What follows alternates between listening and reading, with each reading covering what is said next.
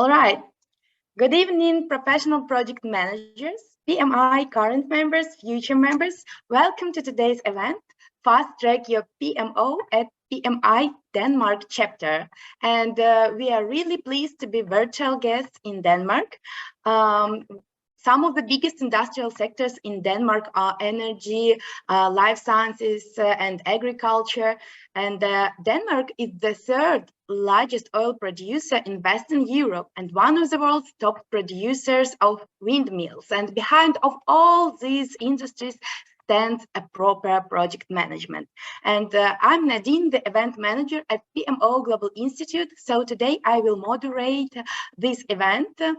So everyone, please switch your cameras. We'd like to see your smiling faces. Actually, PMI Denmark chapter team did a terrific job, and thanks to all of you for coming to this Thursday's evening event. I promise it will be valuable and joyful for you. At the end of the session, we will have an entertaining part. We will play the Kahoot game quiz, where 5 lucky winners will get great prizes. So cheer up and stay tuned till the end. And first of all, I'd like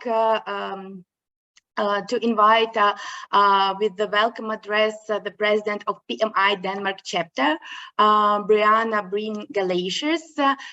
She has over 20 years project management experience across industry sectors, life science, consumer brands, financial services, IT, and shipping. Originally, she's from US with life experience on 4 continents. She's a long-term resident of Denmark and PMP since 2005. Also, she's active with PMI Denmark chapter since certification and a board member since 2021. And now I pass the floor to you, Brianna, please. Thank you so much, Nadine. It's a pleasure to be here today and to co-host this event with Pmo Global Institute.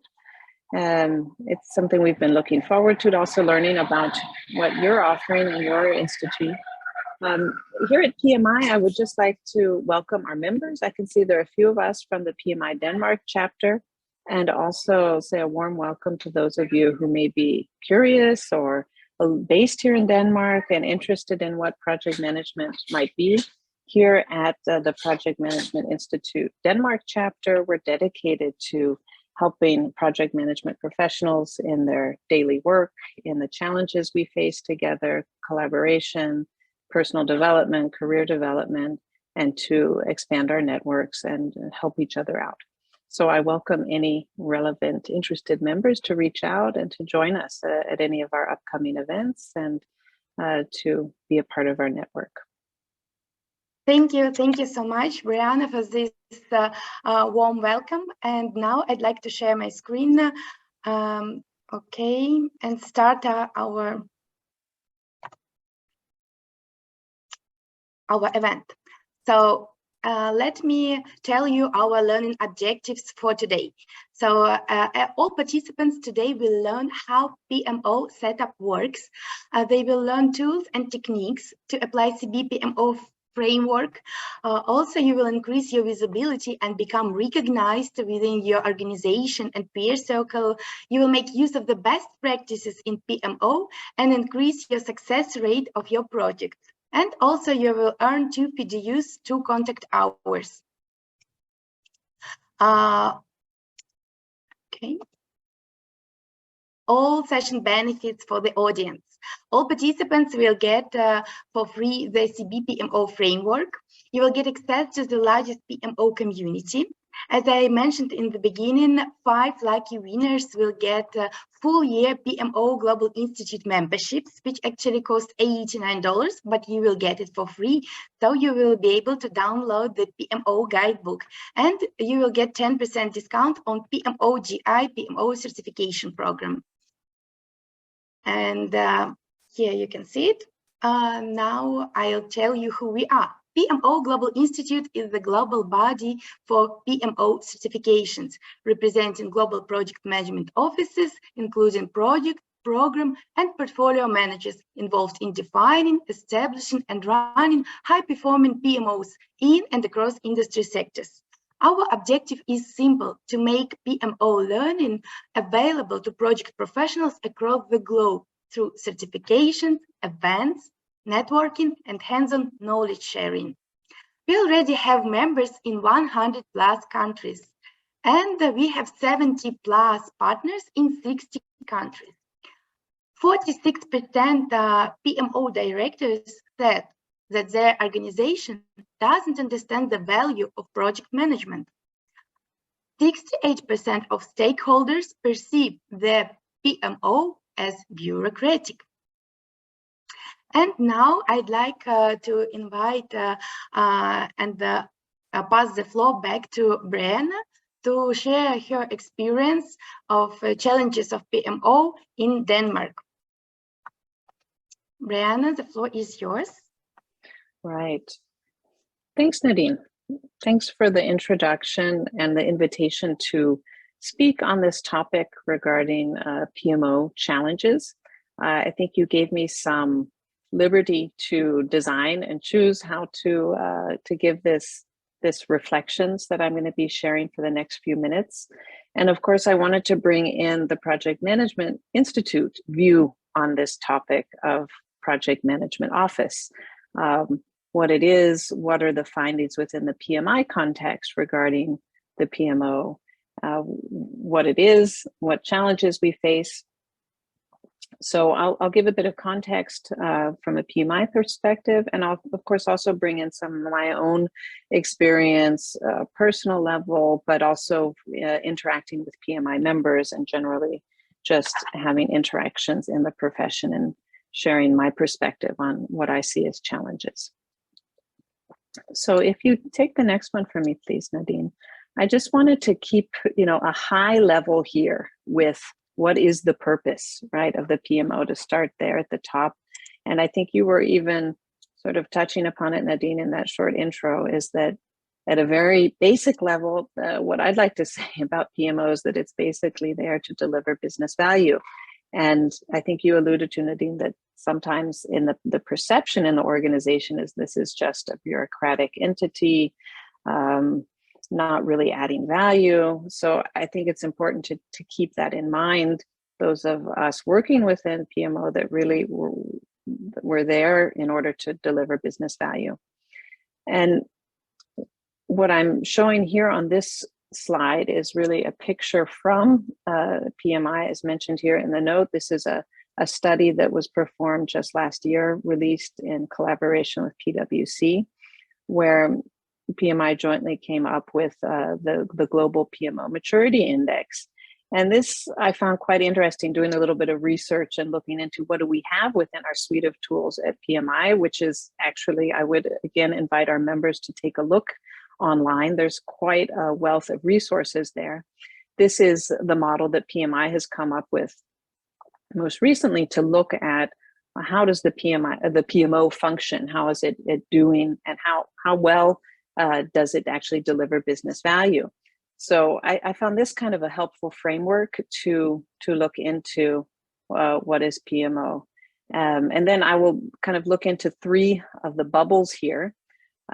This survey, just to give you an idea about what it is, from last year, the research was done by reaching out to around 4,000 project management professionals globally. Around half of these, they work within PMO. And then based on these results, this report was developed. And what PMI and PwC are calling the top 10%, these are around 200 some PMOs that are performing in the top tier and demonstrate best practice and better performance towards delivering this business value. So if we look at the next one, Nadine, what I'll just say here is my personal choice then was to look into three of these areas within governance, within processes, and within people to share a little bit from this report, the findings there, but also kind of tying into sort of personal observations within my own career experience. So at the governance level, if we take that, And here, this is, defined as how does the PMO contribute to and influence the strategy? How well does the PMO actually develop, nurture stakeholder relationships that have something to do with setting the strategy for the business and tying that into how does the PMO deliver and support, contribute to achieving those goals? Because it's fundamental to be able to demonstrate that the PMO really does generate value, and it does, the goals of PMO actually tie into the organization's overall goals. So I thought this was kind of an interesting picture to put it into some kind of measurable context, that within those top performers that were included in this survey, you can see sort of the overperformance when you're looking at the C-suite level, so at the highest executive level, that these top performing PMOs actually have a close connection, and they have a foot in the door. They're represented at the highest levels. And that would imply that they're being taken seriously. They're getting linked into what is the strategy of the organization, and then directly being able to implement that within the PMO itself on how to deliver on those strategies and goals through project execution. So in terms of challenges, I think many of us who work within PMO or have interactions with the PMO at a local level, I'm thinking in the PMI Denmark context, can probably recognize that it's by far not all PMOs that actually have that high level of visibility and connection to the strategy makers in the organization. So I think I could highlight this as one of the key challenges in terms of having a highly effective PMO. Yes, so then let's take a look at one of the other bubbles here about the people. And this is a nice theme, I think, because this could be said in many parts of the business or in any kind of organization. People are critical. And what I want to highlight here is the perspective of the people within the PMO, but also project managers. And not surprisingly, in this survey, one of the key things discovered here was that a focus on continual learning, coaching, mentoring, these features were present at a higher level in these top 10 performers. So certainly that's a key. If you think of the governance as relationships with stakeholders throughout the organization, the people within the PMO itself, but also the project managers that are executing on the projects, certainly will deliver better and create better value if they have a capability of being able to improve their own performance. And I would argue also within the PMI Denmark chapter that those of us who engage with each other and with events like this, it's also an opportunity to gather new knowledge and to improve. But I think back to what is the challenge for the PMO from a Denmark perspective, I think sometimes the PMO entity here in organizations in Denmark are seen again more as a sort of administrative function and not really about developing the people within their own team or the project managers. So I think there's an opportunity, again, I think linked to the higher level of visibility at a strategy level, that the PMO has the opportunity to actually deliver more business value also if they are becoming a more trusted and partner around delivering personal or professional development for the people involved in the PMO, but also project managers. And then the final area regarding processes. But this was an interesting topic that came up through this survey, is that in the top 10%, again, this is there was I think quite a dramatic difference regarding what's being called sort of adaptive process. I've even read the term gymnastic project delivery, being able to blend and integrate the way projects are run. So the traditional waterfall method versus the agile delivery that a PMO should be able to, will benefit from and be able to deliver better business value if the PMO can actually encompass both styles, to be able to integrate the traditional method, but also other methods like the agile delivery approach. And from a Denmark perspective, I would say personal observation is that I think many PMOs here struggle with that. I think there's sort of a traditional setup for measuring project performance and some challenges on how to adapt and how to measure in a way that is harmonized and can somehow be comparable between the different project styles. So I would highlight this as also a challenge within the PMO Denmark context. So those are sort of my reflections, and also tying it into the PMI perspective. And I'm curious to hear also from Pmo Global Institute how you view these topics and what kinds of solutions you suggest. Thank you, Brianna, for your speech. It was really valuable. You've highlighted not only challenges, but also points of growth precisely in Denmark. I assume that everyone has benefited from this session. Thank you so much. And now I'd like to pass the floor to the Community Engagement Manager at Pmo Global Institute, to Dylan, to say some words to our audience. Dylan, the floor is yours. Thank you very much, Nadine. So first of all, I just want to go a bit back to something that Brianna said now that caught my attention, is specifically with Denmark. You mentioned that a lot of the PMOs are seen as bureaucratic, right? And that there's not enough sort of development of skills and of people for this professional development. So this is something we've realized is not only a problem in Denmark, but is a problem globally, right?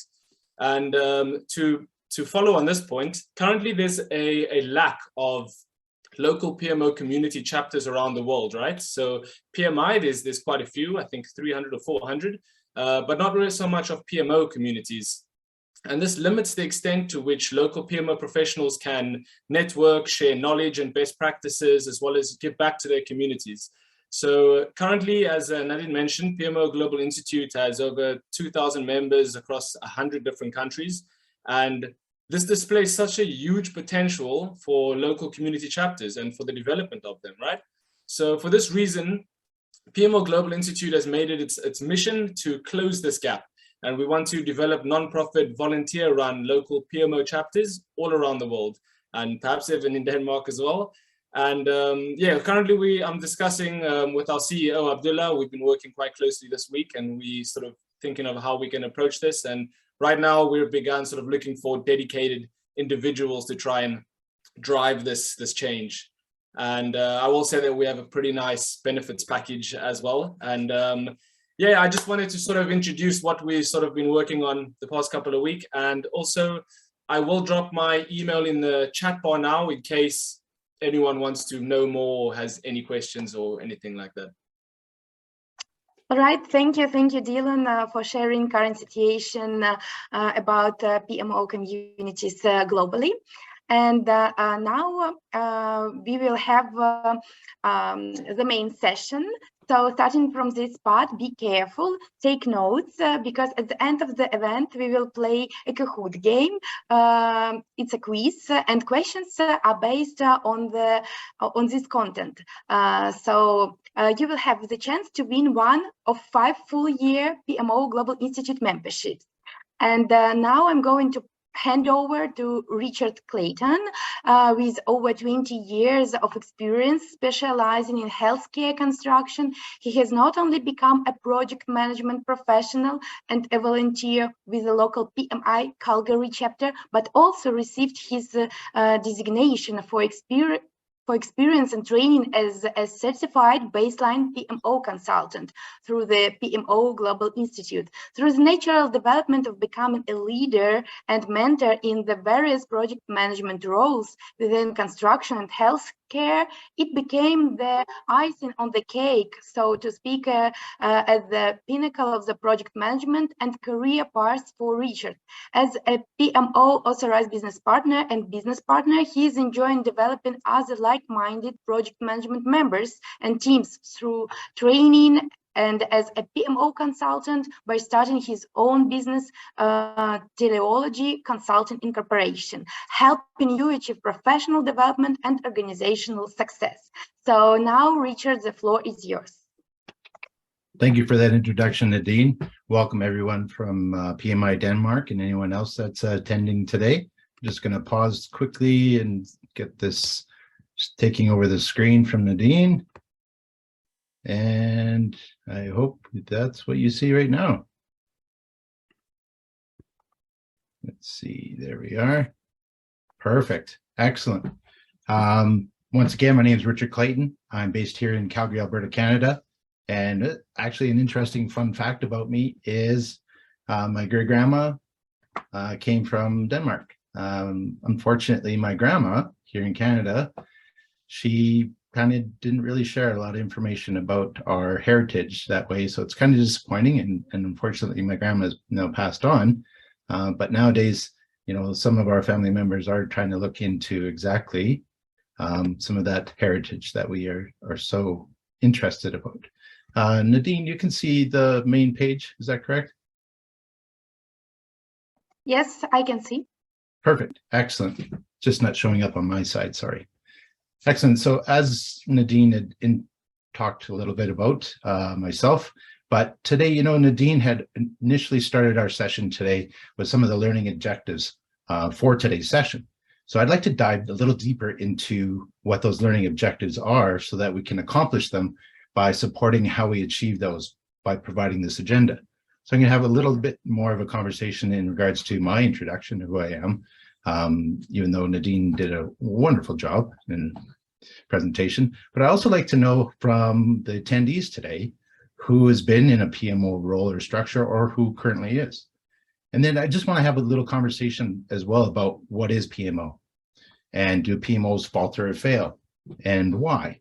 And I appreciate Brianna bringing up some of the challenges and some of your research that you went through in the last few days going through PMI. And then at the same time, that value. And it was perfect conversation, Brianna, about bringing up what that value is and some of those key points in that latest research from PMI. So I'm going to dive into some of that as well. And then, of course, I want to talk a little bit more about PMO Global Institute, that research and development that they've done over the last 3-4 years and where we are today. And I appreciate Dylan joining today as well, because we talked about the community and the community of practice and project management professionals and how that's going to evolve. And then we're going to get into what does it actually mean about that PMO framework? What are the outcomes of that research and development, as well as the layers? And then conclude at the end of the session. So once again, myself, Richard Clayton, various industries. I've been involved in more than what's listed here. However, the main ones were agriculture. I grew up in an agricultural community, family farm, that kind of stuff, as well as a hospitality service, 10 years in financial management, and then construction. Numerous management roles throughout, education, leadership roles, including mentorship. I am a project management professional, PMP, and as Nadine indicated, I have 20 years plus healthcare construction. I am a Red Seal master electrician as well, as how I got into the construction game. It's a big shift, long story, 10 years prep management and finance. All of a sudden it's like, got to get out. Can't handle the stress and pressures. And my family came first, so we'd made a big shift and I went into the trades. Then I'm also a member of our local chapters here of PMI in Alberta, the province of Alberta. So both the Southern Alberta and the Northern Alberta chapters. I am a PMO Global Institute authorized business partner, as well as an instructor, been certified for the baseline Cb Pmo, and having my own project management consulting company, as well as training, mentoring, and observing PMOs. So today I'd like to know a little bit about everyone that's on the call today. If you wouldn't mind typing in the chat the following: have you been involved in a PMO structure or role previously to your current role? Just type in Q1, yes or no. Very curious to see our involvement of project management professionals today. Yes. Oh, we got one no. Perfect. Thank you very much. Oh, so we got a few no's and a few yeses. Excellent. Perfect. Keep typing away. That's great. Good mix. So some of this today you may be very familiar with. Maybe some of the stuff we can enlighten you as well. So then the next question while you're typing away that one is,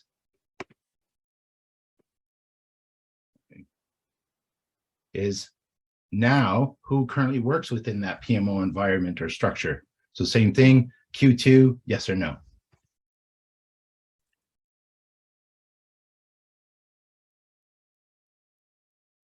Got a yes, some no's, yeses. Excellent. Looks like a good mix as well. Perfect. Thank you very much for participating and providing me some answers on what our involvement today.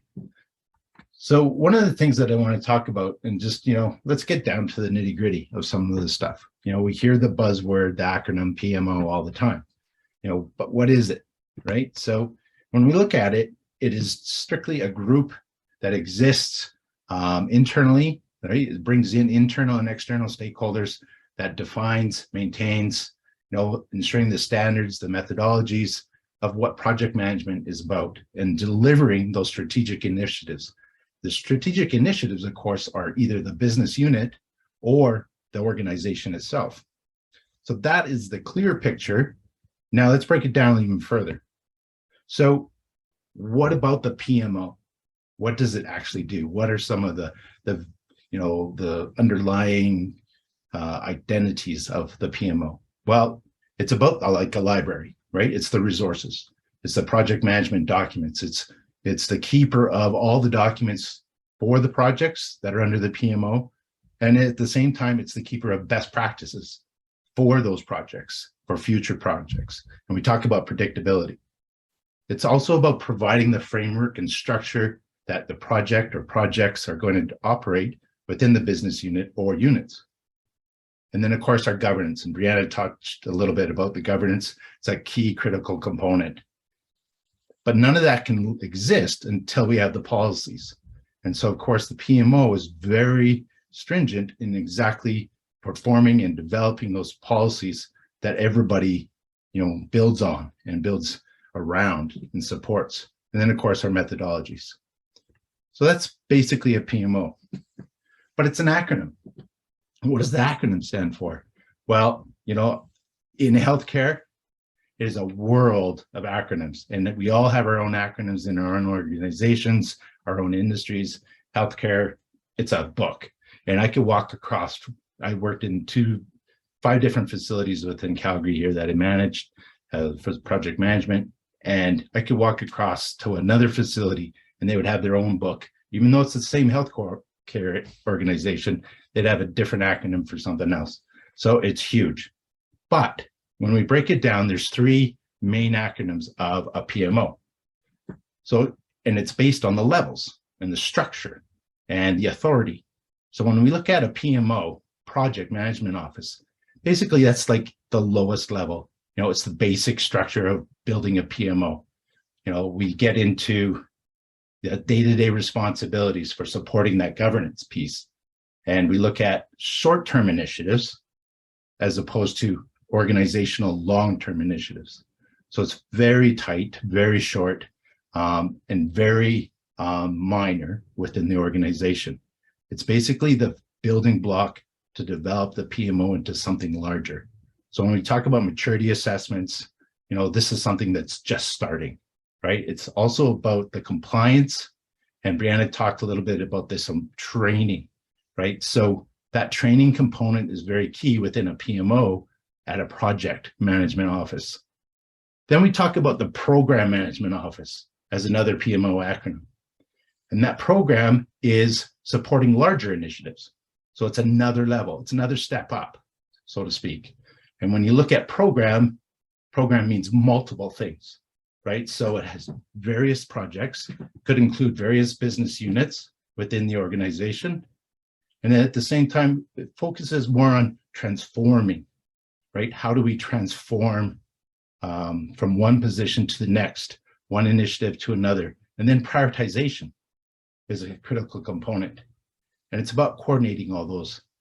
Then we get into the portfolio management office. This is the biggest, highest level of project management office, or PMO. And when we talk about that, it's about the strategic. Now we're talking about the organization, right? Bringing it all under the umbrella of the portfolio management office, providing a higher level of authority to make decisions within the organization. It's about the communication, more specifically with how things are moving forward. So the projects within the programs overseeing the projects. So there's a big organizational infrastructure, and that support to succeed. That's the critical component in all of these, is that we always want to succeed. So what are the levels of being able to succeed? Overall, too, this level of authority as a portfolio management office and the individuals within it, the communication flow and decision-making, you are with the C-suite individuals of the organization, or you're actually having conversations with the board. It's at that high level of understanding of really implementing that PMO, and the maturity assessment is typically higher. You're in the 3s, 4s, and 5s. The other thing too is when we talk about PMOs, there's so many different structures. There's so many different types. And Brianna talked about this a little bit too in her research about the waterfall, about the agile. Well, within the PMO realm, we have to adapt as always, right? We have to be agile. And in that, we look at those structures and defining it. So what's it going to look like, right? Is it a hybrid, right? Those kind of things. So there's lots of means and methods and ways to do things, but it's defining is how it comes to play, and then implementing. So then at the same time, I want to talk about the acronym one more other way. There's other PMOs as well in the sense of digital, compliance PMOs, and agile PMOs. So we talked about the acronym PMO, and we just talked about a little bit about how we define it, the different levels and what it stands for. But really, when we look at it very closely, we could have a very meaningful conversation in regards to the acronym PMO. P has purpose, right? P stands for purpose. Your PMO has to have purpose. How do you define that purpose, right? What are the objectives of the organization? What are the objectives of the business unit, depending on the level of the PMO? Those kind of things. So the M part is measure. How are we truly going to know that our purpose is coming through? Are we staying on track? Do we have the right initiatives in play? Are they in line with that purpose of the business? And then, of course, what's our KPIs, right? Key performance indicators. What's that measurement level? How are we going to measure it? And how are we going to loop it back? And then, of course, optimize. O for optimize. We want to be able to optimize exactly what we're doing in efficient means and methods. That communication flow, transparency, so many different things define what that optimization is and the implementation process.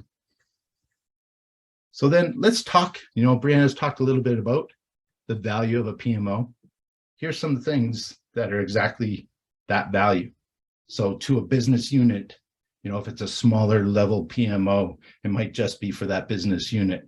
Maybe it's a new training program that needs to come through for coaching. So maybe it's a smaller project, right? So maybe it's a smaller PMO within the organization. Or it's the big picture, right? The portfolio. When we talk about that, it's like, what is that value? And Brianna touched on it a little bit, and I want to go through a few of these as well, is it's about those processes, right? We're standardizing it for the organization or the business unit so that everybody knows that we're on the same page. This is how we do things. But at the same time, even though we standardize processes, we want to ensure it's truly a best practice, right? Is this working for the business? Is this working for that project? Or we adapt other methodologies to do different projects within the organization. Ultimately, too, the PMO is the keeper, right? It's that gatekeeper that we talked about earlier, about that vast toolkit, right? Open up a toolbox. You're in construction, you're on the farm, whatever it is, open up a toolkit. Which tool do you use for what you're trying to accomplish, right? So 9 times out of 10, we're in the kitchen and our spouse or our partner digs out the butter knife to undo a screw. And then, of course, the next time the screw's stripped, right? So it's about utilizing the right tool for the right intent. It's also always a driven measure for project management professionals that we reduce cost executions, right? It's bringing in the same things in together and understanding, hey, this has been a commonality. How can we, put this together and look from it? Improving the communication flow is a critical component of the PMO. It's about being transparent. It's about bringing it forward to the stakeholders, your sponsorships all the time, as opposed to a project. When we look at one project, we have like several sponsors and several key individuals that we report to, but holistically, how is that information getting passed on? Where's our state right now? And we talk about synergies as well within the organization and business units. And this is a great component too that I absolutely love. And I've been a big passionate individual about improving that continuity between and collaboration between the business units within organizations. And I've recently been involved in an organization where they don't have that. And so then you talk about the lack, like the silos, right? We talk about silos all the time. And then at the same time, the lack of resource allocation and collaboration is just numbing, right? So the PMO really brings that together to understand how we optimize those things. Governance, we've already talked about. Accountability is another key component, but we can't have accountability unless we define things, right? And the value of a PMO is helping to define what needs to be done, those business objectives, and then taking the organizational objectives and making sure we're in line all the time. So it's a continuous loop of accountability. And at the same time, with the accountability, you can start building competencies. And we talk about that training component. Knowledge management and transfer, like succession planning, those kind of things. And then always being that keeper, right? Our go-to. This is how we do things. Instead of trying to reinvent the wheel all the time within organizations, right? Is you have a business unit, you have a resource, use them more effectively. And then, of course, we always want to talk about quality. And quality is many things to many people. And it's about, have you got the KPIs for quality? Is that a key component? What is that definition? So it's a simple word, but it means a big gamut of things within an organization and to each individual as well in the team.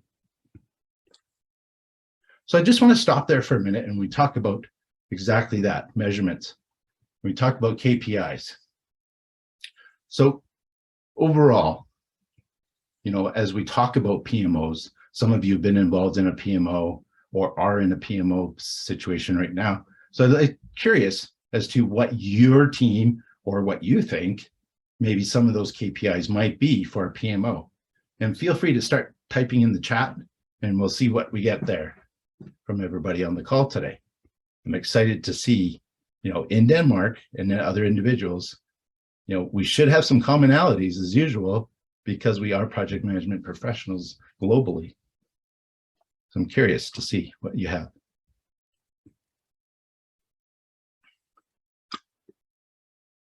Thanks, Corinne.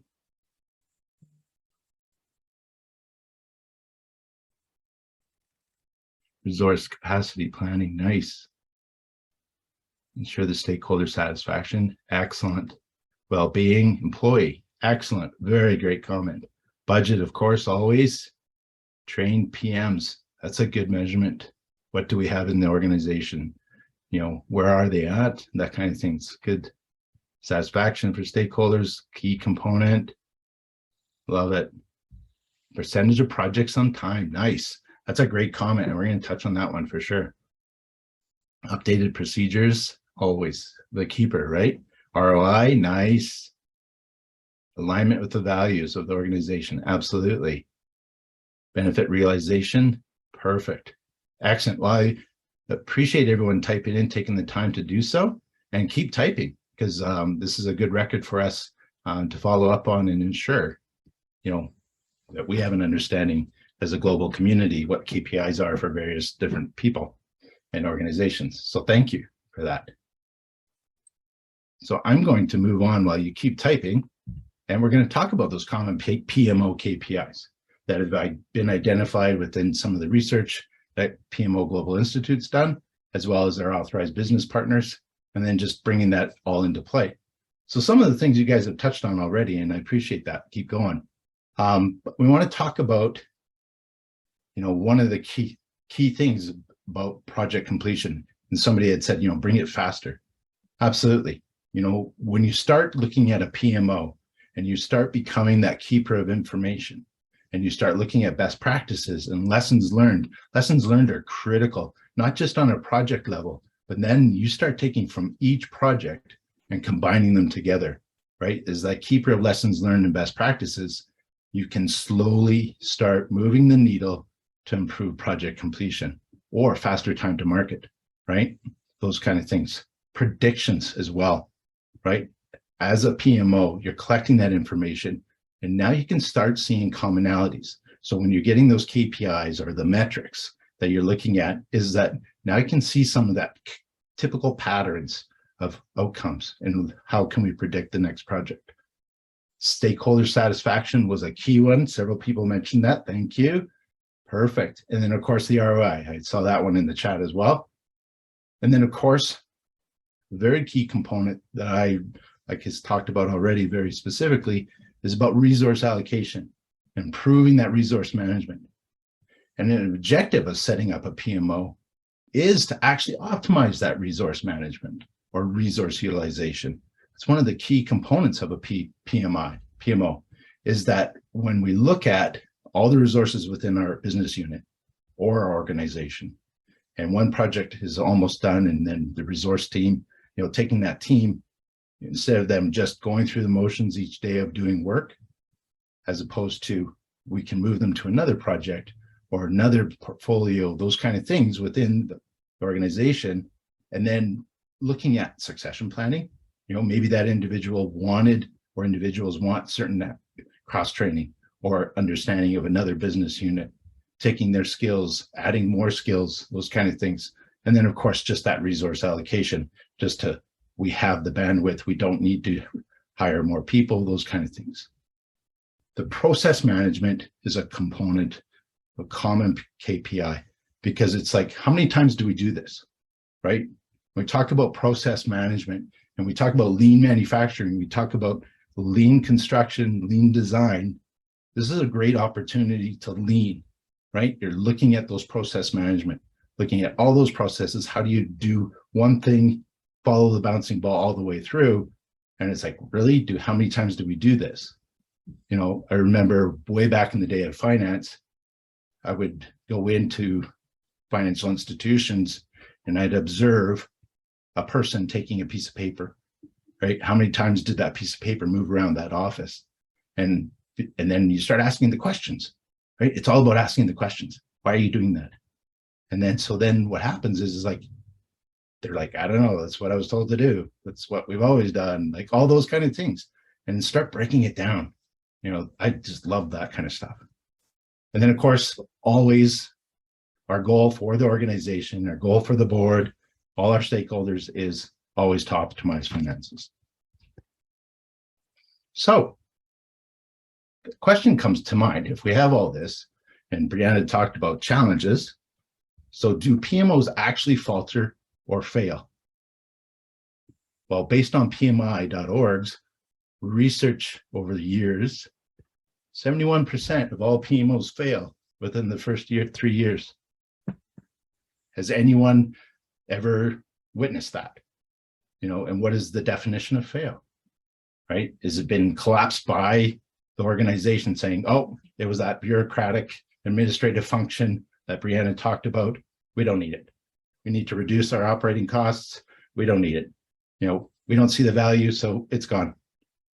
Has anyone seen that? Just want to pop the chat open here.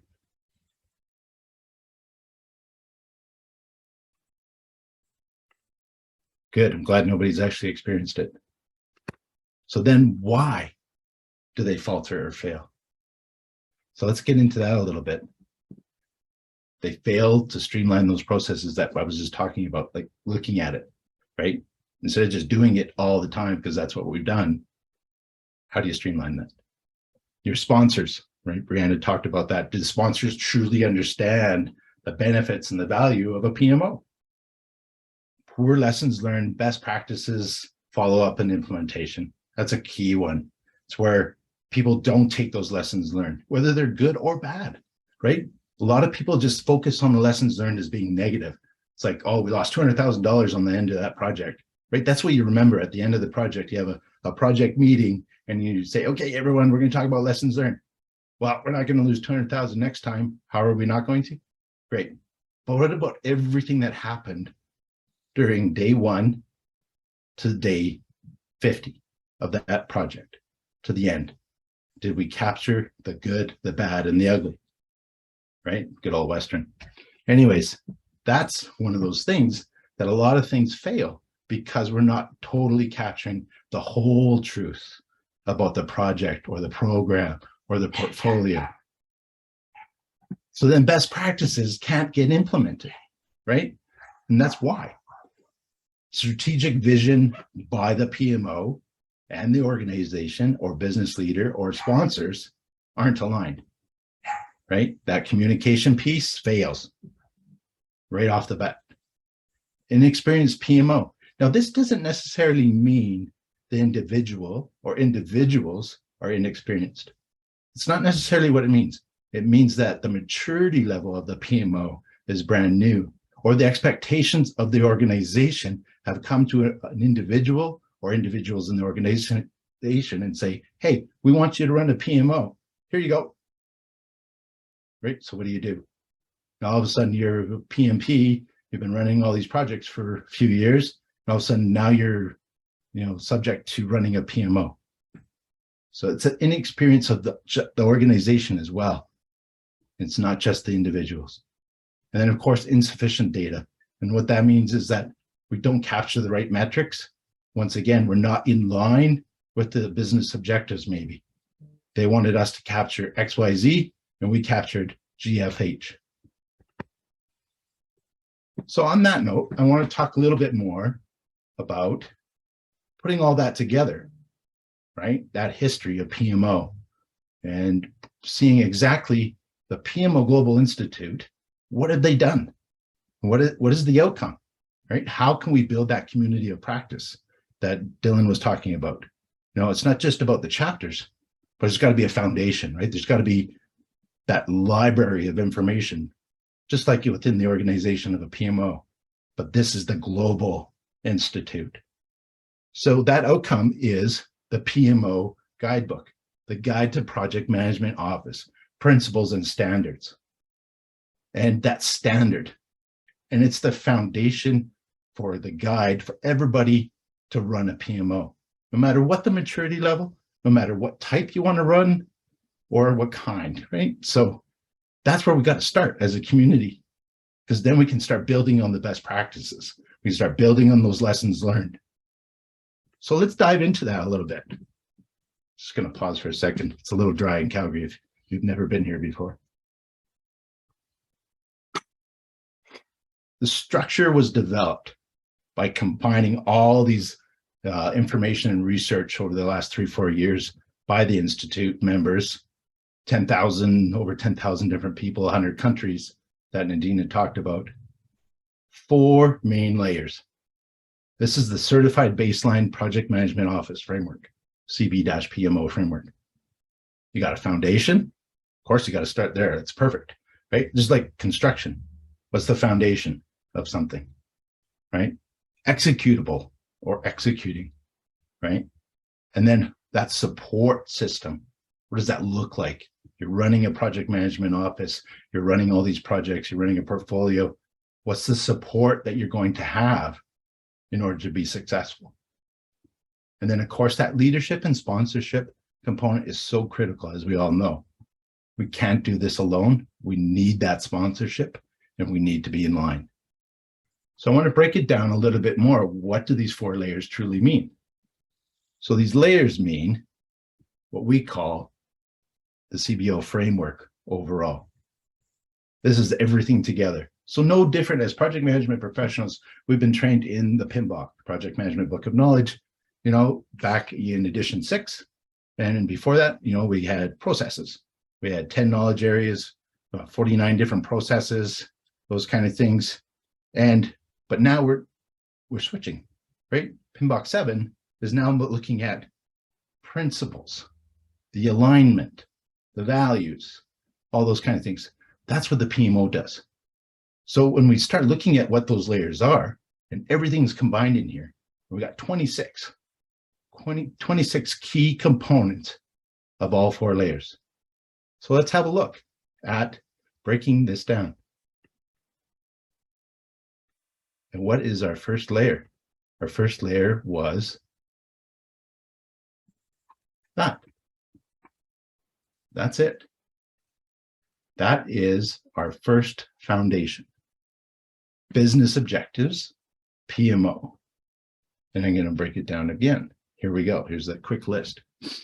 Business objectives. What should the PMO always align with?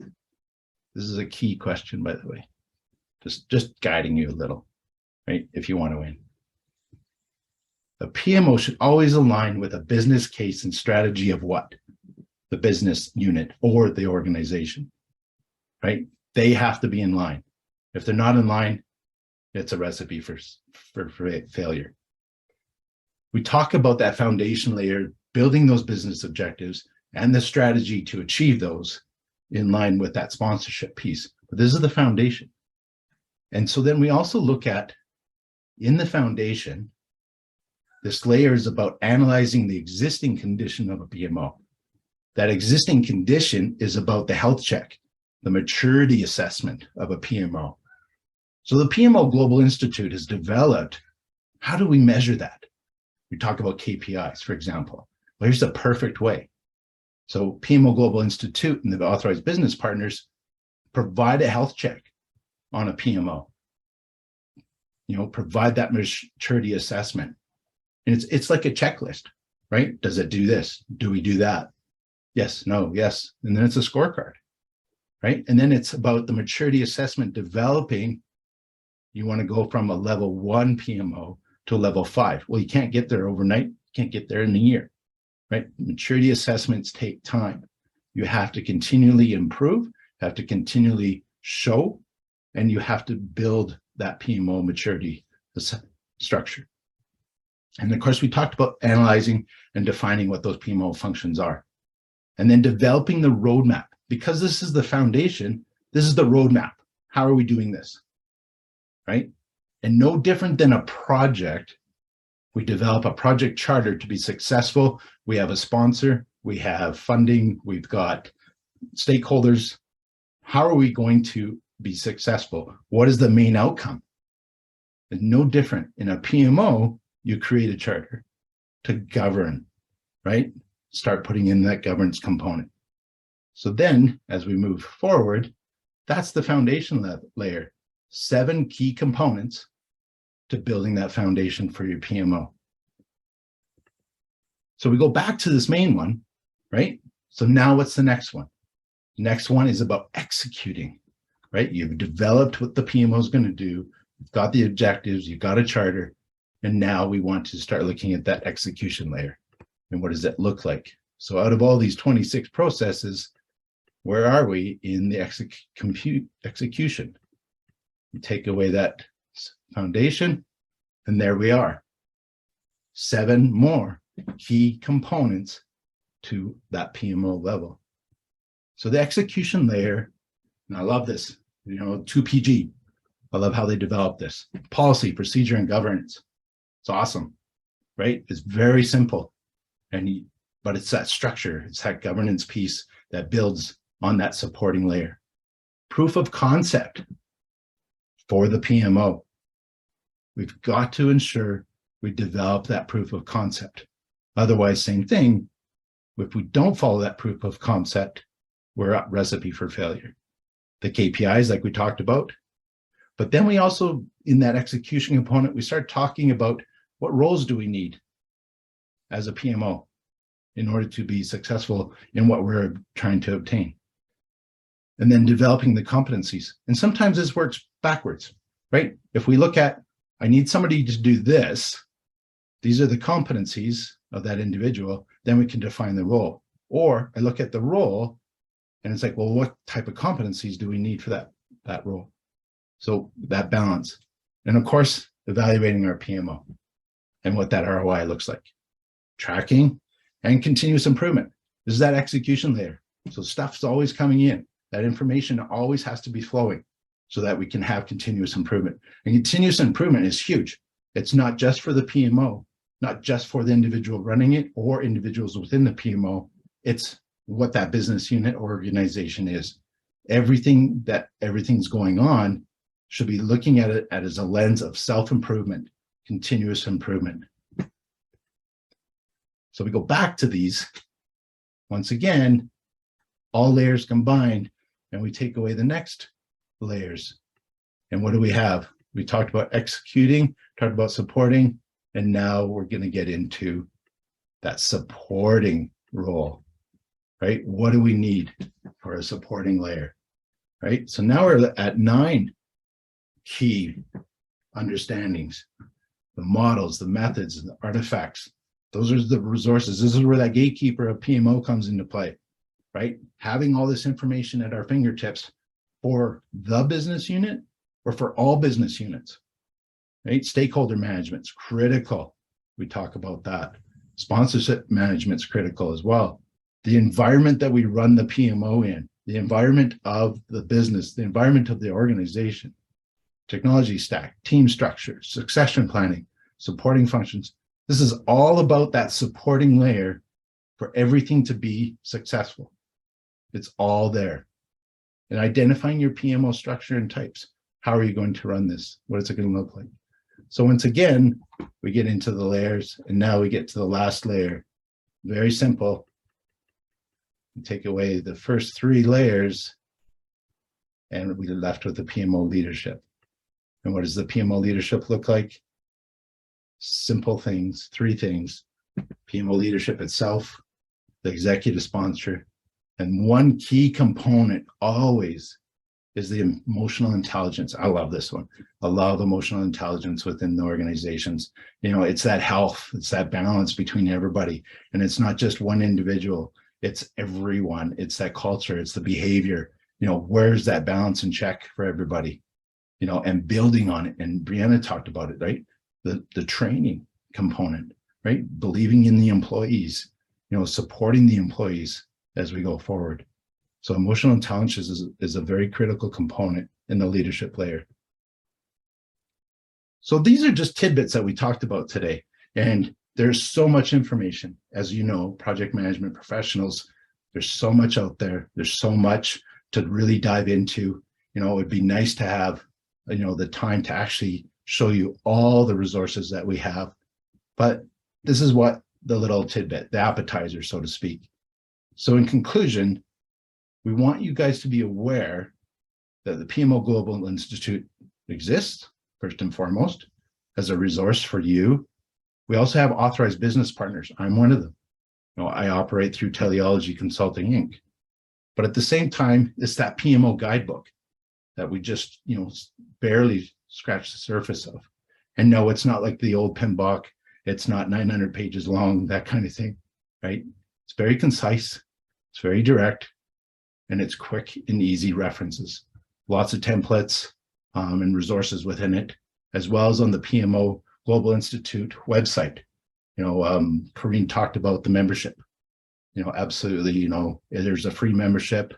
You can go online and be accessible to it, and as well as the advanced one.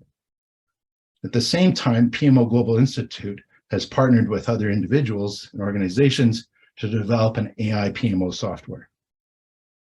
You know, that dashboard kind of thing. We talk about Project Management Information System, PMIS. This takes it to the next level.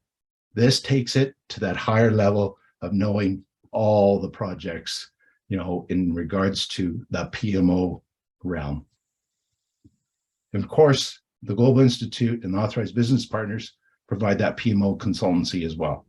You know, what does your PMO look like? That maturity assessment, the health check, you know, how do you implement it? How do you go from one level to the next level? Those kind of things. And ultimately, we provide exceptional training in regards to the Certified Baseline Project Management Office Consultant, Cb Pmo. So I just want to say thank you very much for your time today. I know I've gone over. I get very passionate about this stuff. This is why I've moved from being just a PMP in an organization running a project and realizing that when I had to run over 100 projects at a given time, mentoring project coordinators and other project managers, I realized there's a bigger picture, and that's the project management office, the realm of a PMO. So I thank you very much for your time. I appreciate, you know, staying late after your dinner time and wherever else you are in the world. And I look forward to having one-on-one conversations with you in regards to what does the Cb Pmo training look like or how we can benefit. But ultimately, I would love to have conversations in regards to growing our community, just like Dylan had indicated. So thank you very much. Have yourselves a great rest of your evening or day, wherever you may be. I'll turn it over to you, Nadine. Great, thank you. Thank you so much, Richard, for this amazing artistic session. It was not only knowledgeable, but it was really captivating, and we truly felt your dedication and real passion. Thank you so much. And now we are moving forward, and I'm going to take over the floor to the Vice President of Global Partnerships at Pmo Global Institute, Corinne O'Brien, to speak on the topic Career in PMO. Corinne is the Vice President of Partnerships for Europe and Latin America at Pmo Global Institute. She's responsible for promoting PMO learning through collaboration and the partnership program. Corinne is an expert communicator who has benefited from engaging in multiple work experiences across industry verticals, including finance, education, and hospitality. She has a deep understanding of the diversity of project management, gaining cross-cultural expertise from operating in 6 countries across 3 continents over the past 16 years. Corinne understands how hard it can be to drive constructive and lasting change in organizations. By ensuring PMOs are not simply performing, but succeeding, thriving, and speaking the same global language. Corinne, the floor is yours. Welcome. Thank you, Nadine. Thank you for that beautiful introduction. Thank you. I'm so happy to be here tonight with the PMI Denmark chapter. And as Richard said, you know, and Ram informed me, you know, this is your dinner time. So I'm really, really happy that you've spent this time with us. Thank you very, very much for joining us tonight. Richard, that was absolutely a fantastic presentation. You know, at Pmo Global Institute, we do have these amazing tools, which includes the framework, includes the guidebook, but having these amazing authorized instructors with us too, Richard, really, that was absolutely fantastic. So big round of applause for Richard. I think that was amazing. Absolutely amazing. So my part of this event is to tell you a little bit more about your career within the PMO space and how you can progress with us at Pmo Global Institute.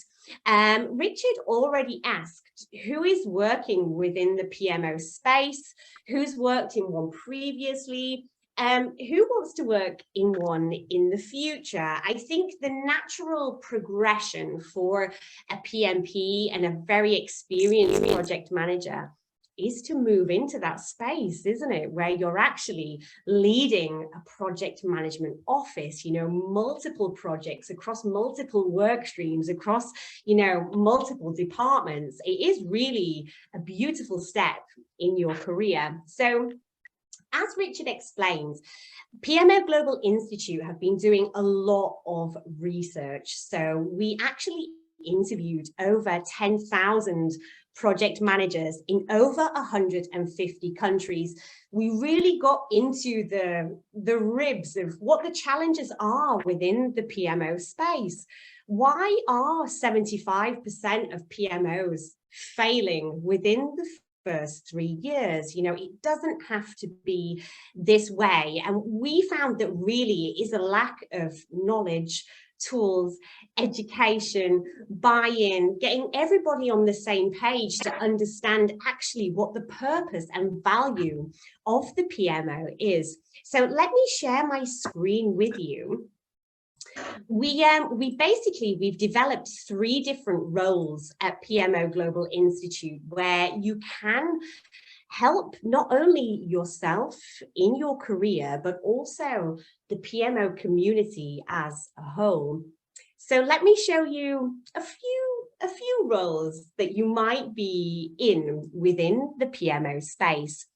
So you might just be PMO staff. You know, this obviously includes project managers, but it also includes, you know, everybody that's working, you know, administration, IT, every single department. The next role is a trainer or a coach. We have our wonderful authorized instructor, Richard, here with us today. He is an authorized instructor for the Cb Pmo certification. But within the PMO space, there has to be constant mentoring, capacity building, training. You know, it is a constant thing to improve the PMO, to track the performance, and to make sure and ensure the success of a PMO. We have PMO officers, PMO managers, PMO directors, and of course, PMO sponsors. So the first thing I'd like to introduce to you today, this is completely free, and you can become a member of Pmo Global Institute. So with the free membership, you can download your own actual copy of the Cb Pmo framework, which means that you are a learner. You see these step-by-step guides. You see that you want to improve the success rates of your PMO, and this is completely free. What comes with the associate membership also is newsletters, success stories, lessons learned. We really want you to be part of the PMO community. Nadine is going to share the link with you now.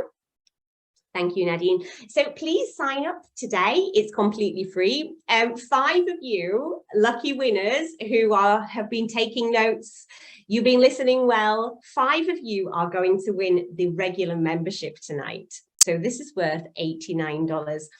You get all the benefits of the free membership, but the best thing is you can download your own version of the PMO guidebook. So you actually can download your own digital version.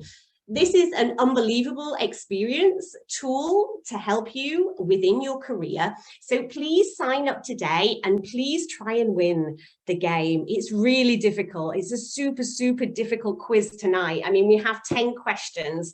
It's going to blow your mind. But I think with Richard being such a fantastic instructor, we're going to have a tough competition tonight. So 5 of you are going to win the PMO guidebook tonight.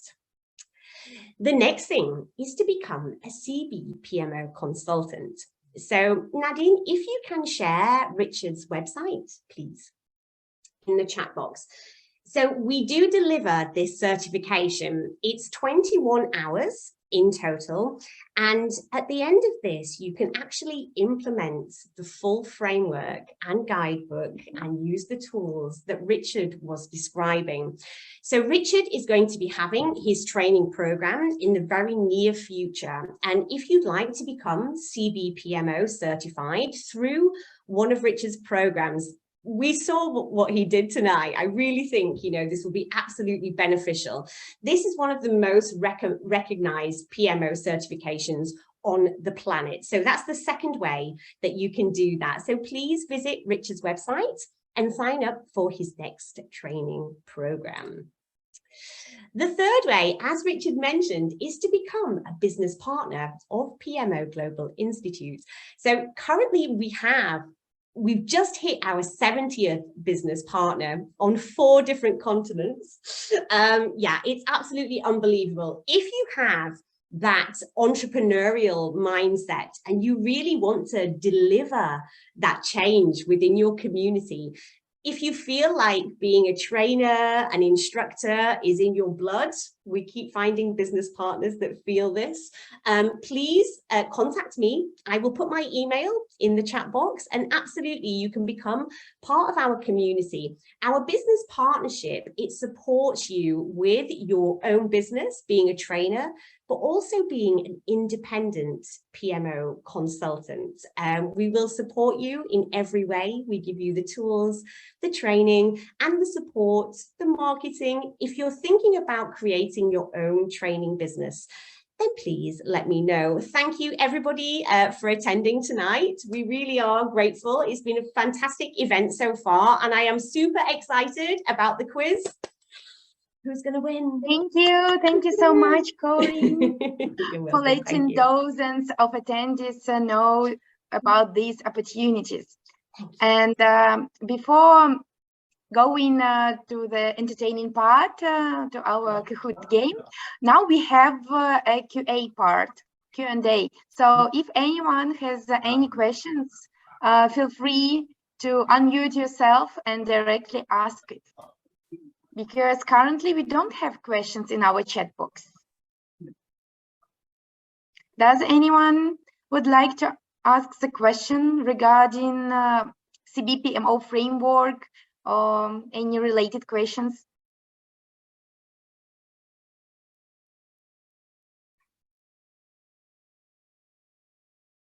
No one. Unbelievable. All right. So if you don't have questions, we will directly go to our. Yes, please. Perhaps I'll read it for Ram. I see in the chat box. He asked, how much time does it normally take to achieve this certification? Richard, please. Yeah, great question.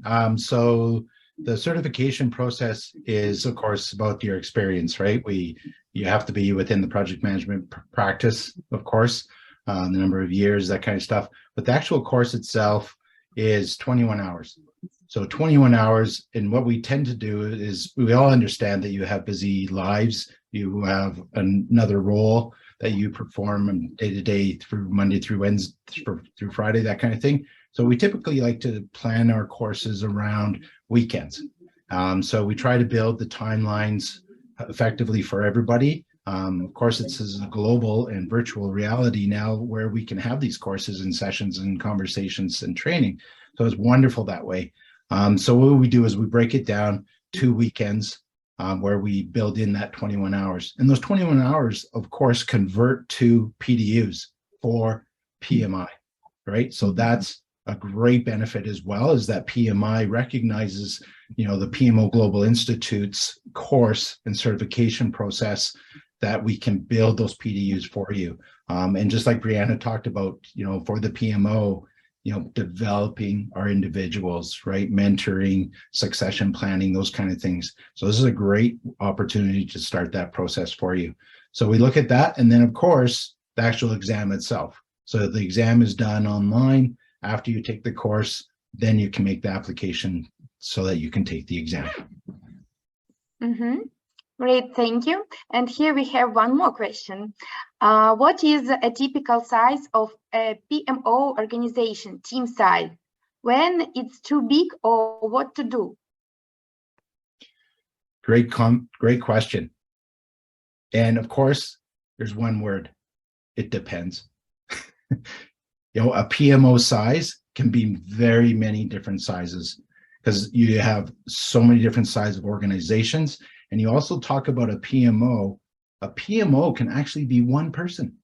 A PMO can be one person in the organization as they're starting, right? So when we talk about maturity level, that very first step, developing a PMO in an organization can be its own project, and it could be that one person that is leading that charge. And that person is gathering information, right? They're starting to become the keeper of information and resources for other individuals or business units. And when is it too big? It's never too big, right? It's all about the continual development. If that's what's required and we're succeeding and we're meeting those objectives and the alignment and the strategy of initiatives, if it needs to grow, it needs to grow. And that is unbelievable if that's the case.